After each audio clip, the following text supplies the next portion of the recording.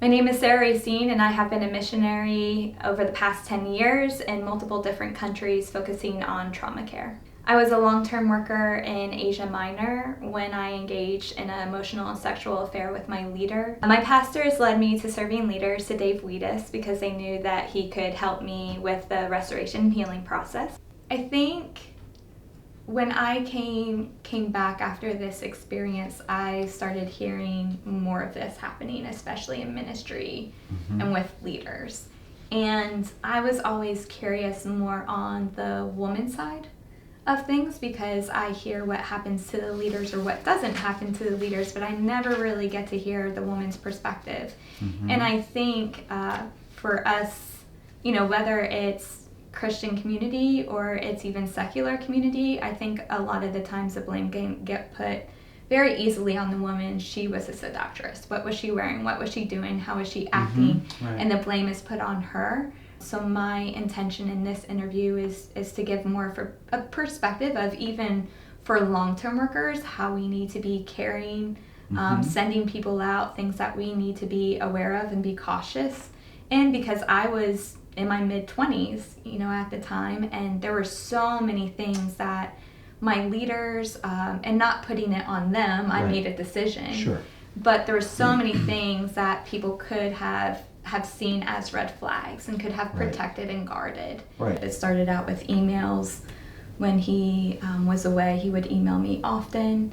And again, I felt this guilt that we all were selling everything and preparing to move overseas, and a lot of them were families with children, and felt this immense pressure that it was all on my shoulders. So how I said yes or no to this man, I was deciding the fate of so many individuals. And then it became into anger because I grew an attachment with this man. We bonded emotionally very quickly in the beginning because we have the same passions and desires, especially for long-term work.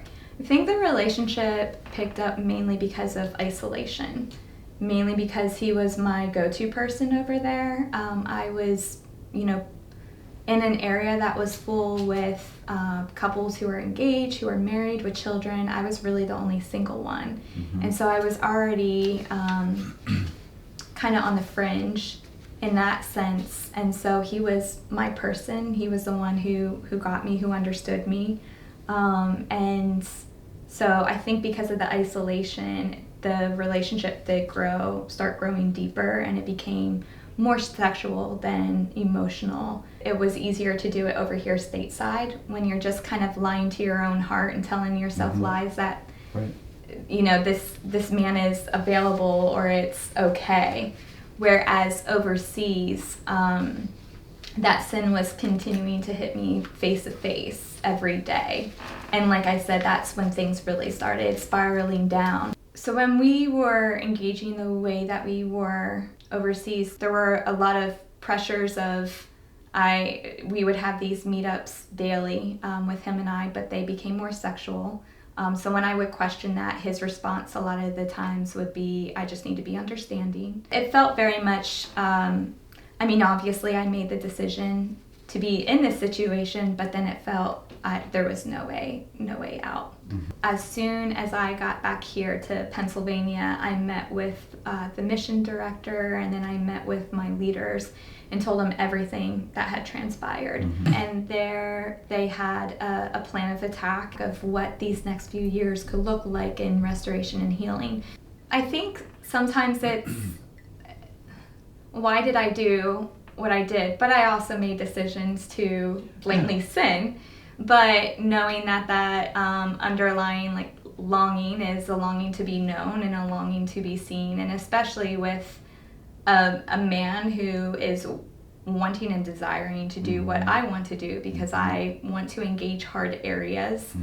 In ministry, your average person isn't really wanting to go to the Middle East, and so to have someone who engaged in that, I didn't realize how deep of a longing that was. I thought, being single and doing this, I'm fine and I'm okay. I think if you're not dealing with those inner issues, then it just happens again. It's been a very, very difficult past couple of years, and it's still difficult, I think there's a lot of restoration and healing and forgiveness that has been done.